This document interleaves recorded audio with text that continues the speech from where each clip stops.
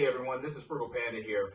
I thought I'd talk about my dislikes or irritations in regards to the Lectric XP bike.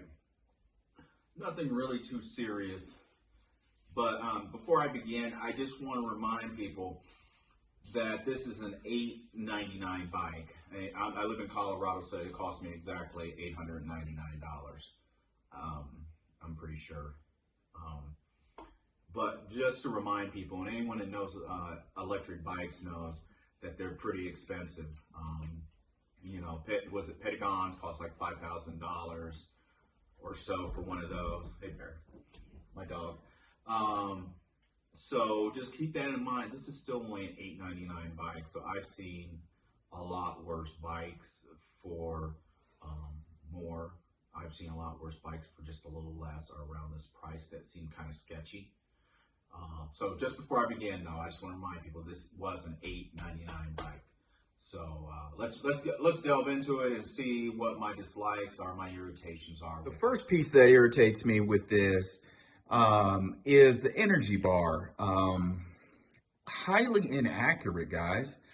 I kind of have to guesstimate sometimes how far I'm going to go. Like, so I've been learning how to keep it in like 3 or 4.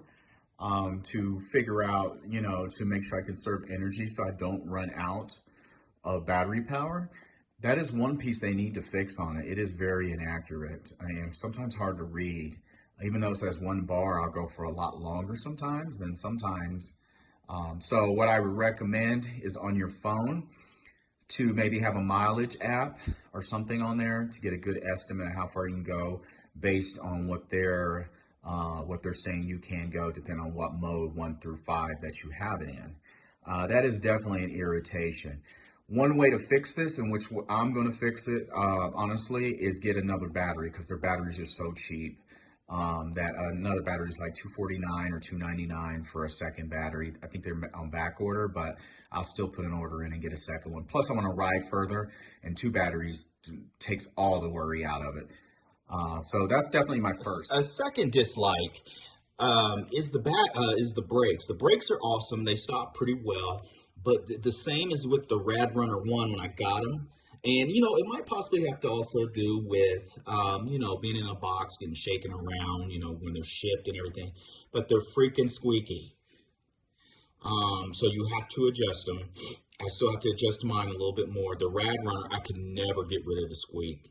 Probably the only way I could get rid of the squeak is if I took it into like a bike shop, because I tried and tried. This one, the squeak is not as bad, but it's there and it can get irritating at times. And so that's definitely one piece that is irritating in regards to that, just because you get them and you have to adjust them. Maybe some people got lucky and theirs were great when they got them, but as far as stopping power, they're fine with that. There's no issues with that. It's just that squeak can get kind of irritating. A third irritation is the fenders. They're great. I thank them for these fenders. They're like, I believe they're aluminum, that's what I'm guessing. But make sure you adjust them well, because you can sometimes feel them on the sides trying to rub against the tire, and you just have to adjust them and everything. So you can feel that sometimes after a while of riding it. You could yank them off, but I plan to ride it in the city and, you know, on vacation, and I don't want mud all on me all the time if it's kind of wet out, you know, things like that. So I would definitely adjust them. If you don't need them, I would yank the front one. The back one, I haven't heard any like rubbing at times out of it. So what you have to do is sometimes just push on it a little bit to and that's for me riding it rough sometimes, I think. But the rear one, I haven't heard anything out of. So the fenders need a little bit of adjusting, but I thank Lectric XP for being one of the few companies that actually give you fenders with your bike. Heck, my Rad Runner, how much did I pay? 60 to 100 bucks for 2 plastic fenders that should have came with the bike. The seat, not too shabby of a seat. I don't expect much from the seats. It does fine. This is more of an irritation, and honestly, it's more of a personal thing to me more than anything, is that I will replace the seat with a Cloud 9 seat or something like that. Put on here that's a lot more comfy, maybe has a little bit more shock absorption on it. The seat's not bad, but when you start riding 20, you know, 30 miles, stuff like that, you know, the seats start tearing your behind up, you know, a lot of times. But like I said, that's a quick fix with the Cloud 9. And like I said, $899 bike, my expectations were that the seat was not going to be that great. The seat does what it needs to do, but as a personal taste, I would put a Cloud 9 seat or something like that that's a softer seat. Maybe a little more shock absorption on it too. Especially since you're talking about, the average person being able to ride an electric XP, 20, 30, possibly 40 miles on one. So definitely something I would switch out. So I showed you my dislikes on the bike, or my irritations more than anything. As I said in the beginning, this is an $8.99 bike.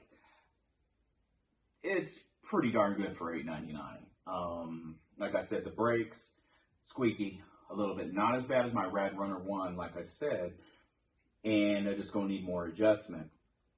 But you got to remind yourself, I got a Rad Runner 1 from Rad Power.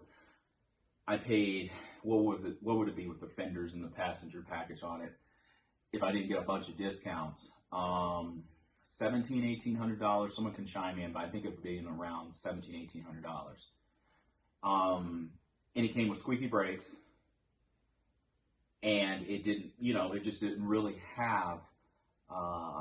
It was a good bike. It did just as well as this one. Wasn't as fast, but I just didn't see the value in it after a while, because, and I'll explain in another video why I didn't. For $1,700, it had the squeaky brake problem too. Plus, it didn't come with all the accessories. That's what I'm saying. I paid like $1,800 if you took away all the discounts that I got for other stuff. It didn't come with fenders. It didn't come with this ain't a passenger package, but a little rack for the back. The fenders, that's a big deal, and it was $1,700. Remind yourself of that. $1,700 versus $8.99. If I knew what I knew now, I would have bought two of these, and I think they would have gave me $100 or $200 off if I would have bought two of them at the same time, one for me, one for my spouse. So what I did, my dislikes on it, they're not that big of a deal. They're really not. But I think, something to take into account sometimes with them. Is it worth paying $5,000 for a bike because it doesn't have a squeaky brake that you can adjust? No. I went and looked at the Pentagons. And I have a dealer down the street from me, and I looked at those. $5,000 and up, most of them, unless you got some used when they rent it out to people. They're still like 2 or 3 G's. For a bike? Dude, I could buy a Honda Civic for that to commute to work. Or here's what I could buy. I could put another $2,000 or $3,000 with it and buy a Nissan Leaf that still has enough juice in it to go 70, 80 miles, a used one. 7,000, 8,000 miles out here in Colorado to get back and forth to work. $5,000. $8.99. Goes 28 miles an hour. So anyway, I don't want to take up too much of you guys' time.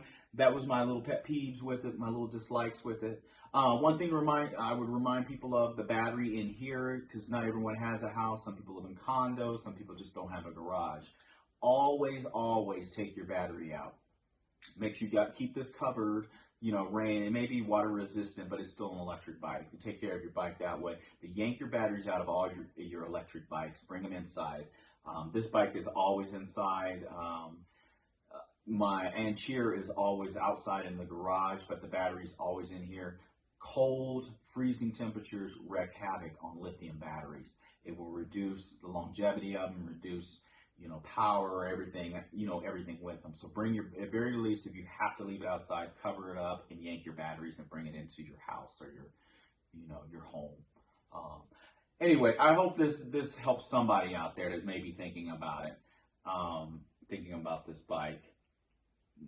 I think it's still a good bike, everyone. Hope you're having a good day.